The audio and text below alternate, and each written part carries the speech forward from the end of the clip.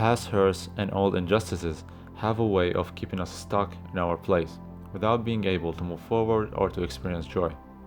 It's an axiom of psychology that we are some recombination of our yesterdays. To move forward wisely, we are therefore often urged to look back. But there is a point where memories and analysis of the past become almost like a glue to our identity. It sticks us to a place, impedes forward motion, and just like a glue, it doesn't just disappear on its own. We need to do some scrapping. The power to get past the past doesn't lie primarily with the nature of events themselves. They count a lot, sure, but so do the steps forward we are willing to take and how much effort we put to lift that emotional rock off our chests. Is there anything we can get over? Yes and no. We don't get over it quickly, but we find a different place to put it. We don't forget it easily, but the thought no longer intrudes. We don't pretend it wasn't bad, but we have a sense that we can heal. We don't get over the past, we get past it. Getting beyond yesterday is a psychological act of letting go, of re-evaluating experiences and relinquishing old perspectives that cause you no good, of discarding beliefs and thoughts and feelings that are really painful to endure a lot more. At its deepest level, the prospect of letting go forces us up against our three strongest emotional drives: love, fear, and rage. And when you let go of something, these three drives will take a play.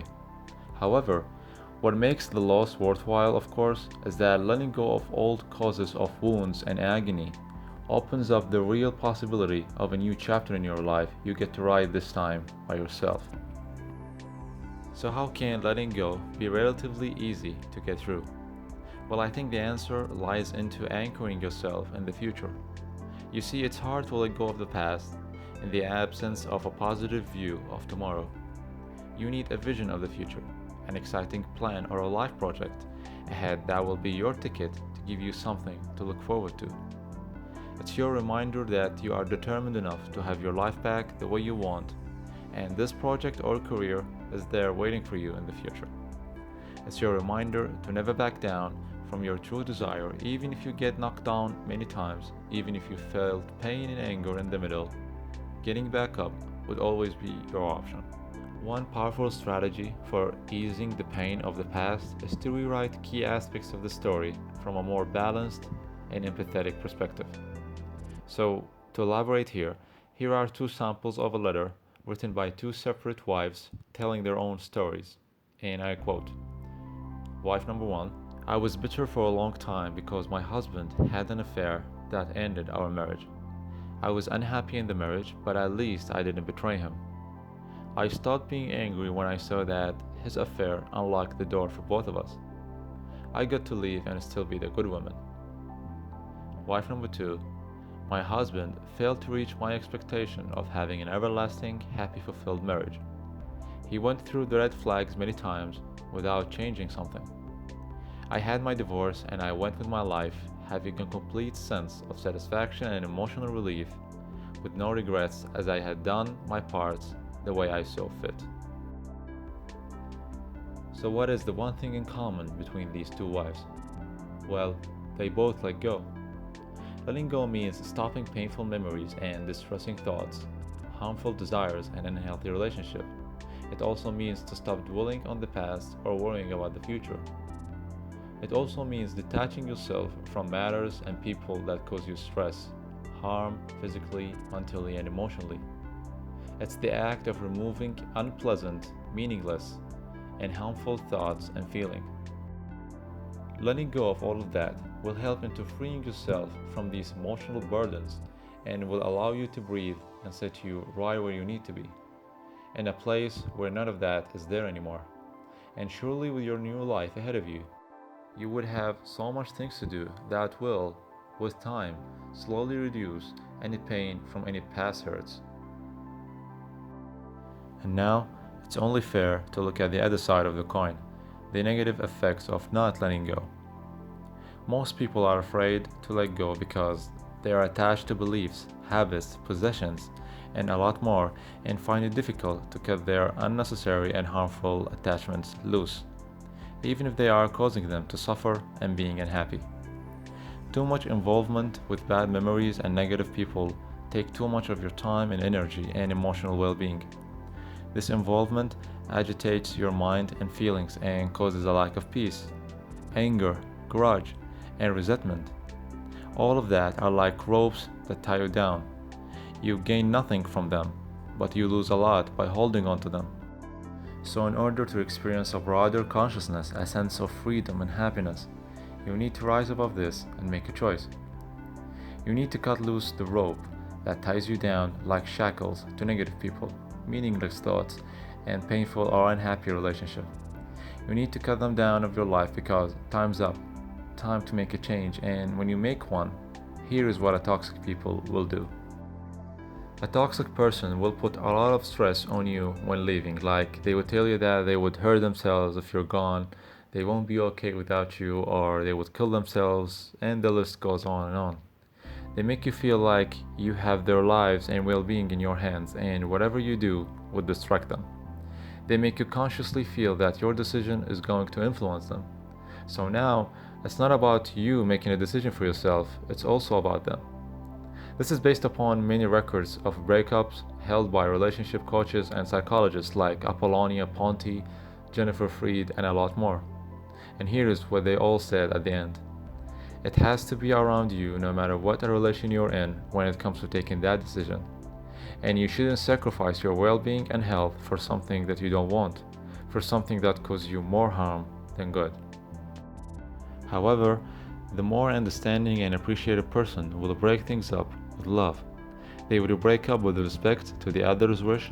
They would agree to separate without causing more problems, and that they are mature enough to accept this fact and move on and wish each other's luck.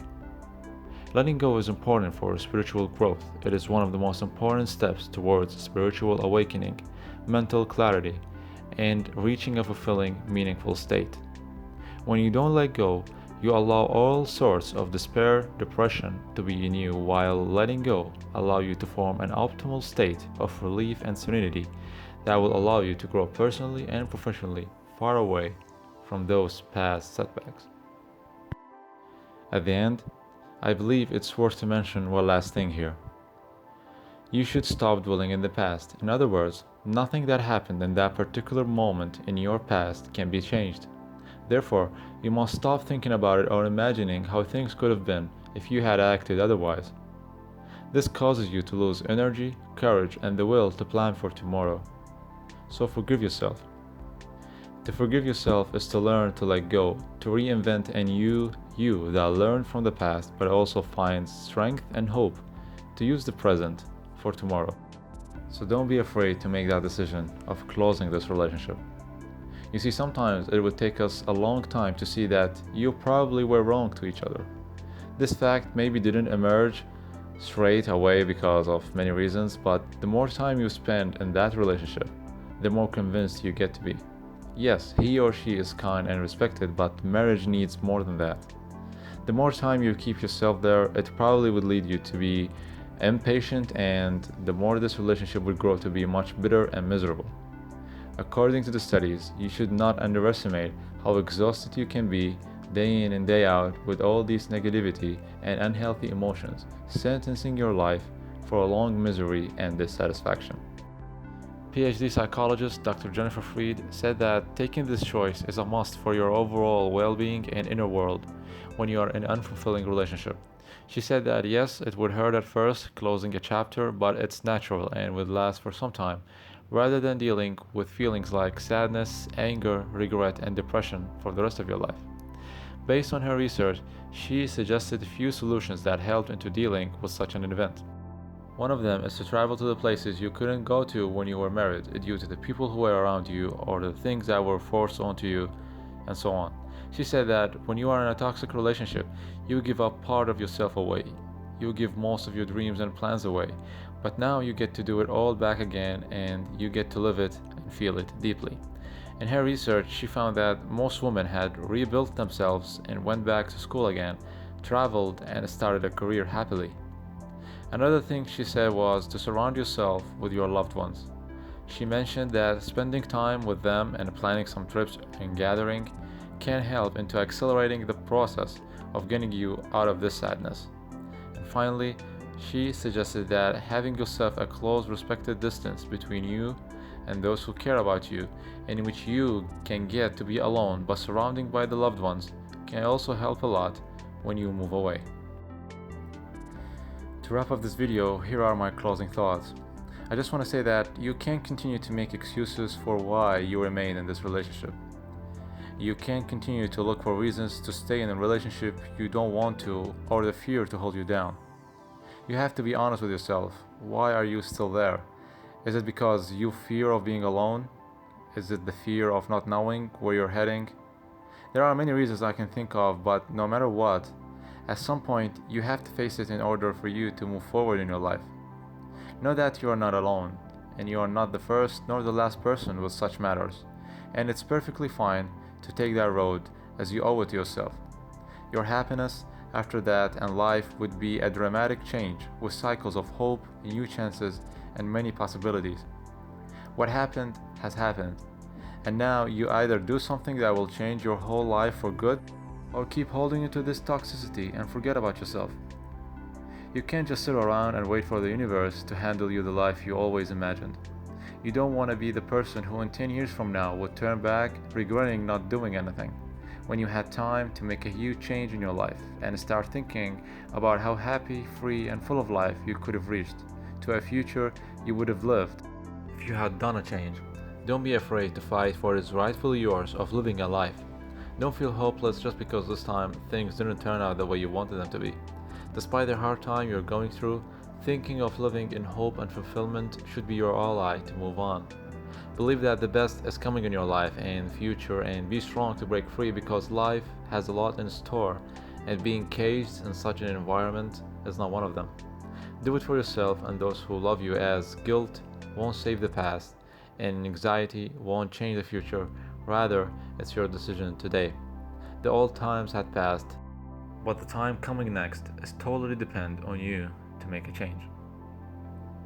And that's it, guys, for today's video. Thanks a lot for spending this time with me here, and please give this video a thumbs up if you enjoyed the content, and make sure to subscribe to my channel for more future videos, and make sure to turn on the post notification bell so you never miss any video. And at the end, I just want to say, be hopeful, be brave, make a change, and I'll see you next time.